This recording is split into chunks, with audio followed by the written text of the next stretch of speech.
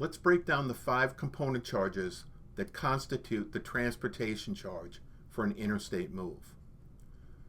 These components are required and appear on every legitimate carrier's tariff. That's the rule book that governs pricing. The first is the base line haul charge. This is the main transportation charge, and it's based on your shipment's weight and the distance you're moving. The origin and destination additional transportation charges, or ATC. These adjust for the cost of doing business in different regions. More on the ATC in a moment. Insurance-related surcharge. This covers regulatory insurance costs required for interstate carriers. A fuel surcharge. This is tied to the national diesel pricing indexes. It fluctuates as fuel markets do. And lastly, your choice of valuation protection. Valuation is not insurance. It's the level of protection you choose for your belongings during transit. We'll do a deep dive into valuation in another video. Beyond the mandatory charges, there are additional or situational charges depending upon your move. These might include complete or partial professional packing or crating, shuttle service, or when the tractor-trailer can't access your street, specialized third-party services like disassembling gym equipment or pool tables, toll or ferry charges, and certain van line specific fees. The salesperson should acknowledge when these services are needed or may be needed and inform you of the potential cost. You should always understand these charges ahead of time. No legitimate mover would surprise you with unexpected charges after the fact when those should have been obvious to a professional surveyor at the outset. To most people outside the moving industry, these transportation charges can seem vague and overly complex.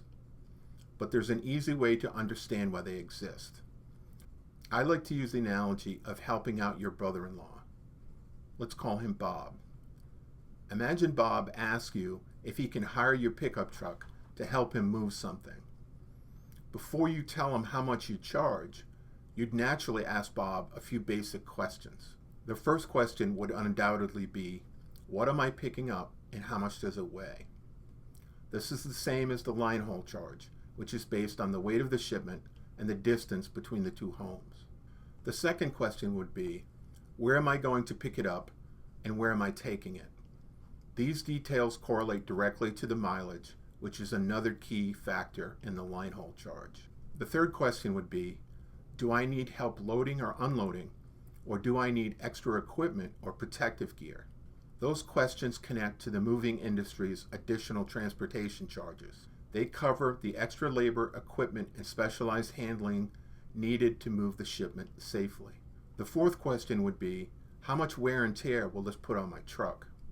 This represents the insurance surcharge, which accounts for the mover's risk, regulatory requirements, and protection of their equipment.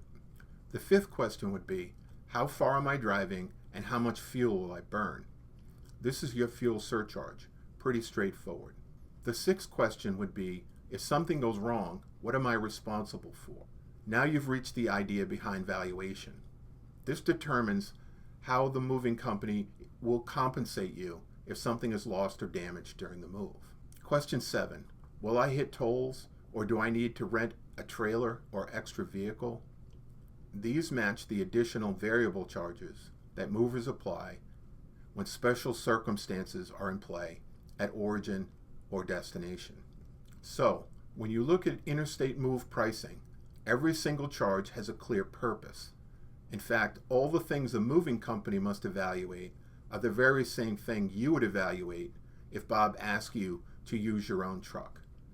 Nothing is arbitrary. Everything is tied to weight, distance, labor, equipment, fuel, or the protection required to move your belongings safely. Here's why most customers often get confused with interstate move pricing. Some component charges, like ATCs, vary dramatically based on the cost of living in the county you're moving to or from.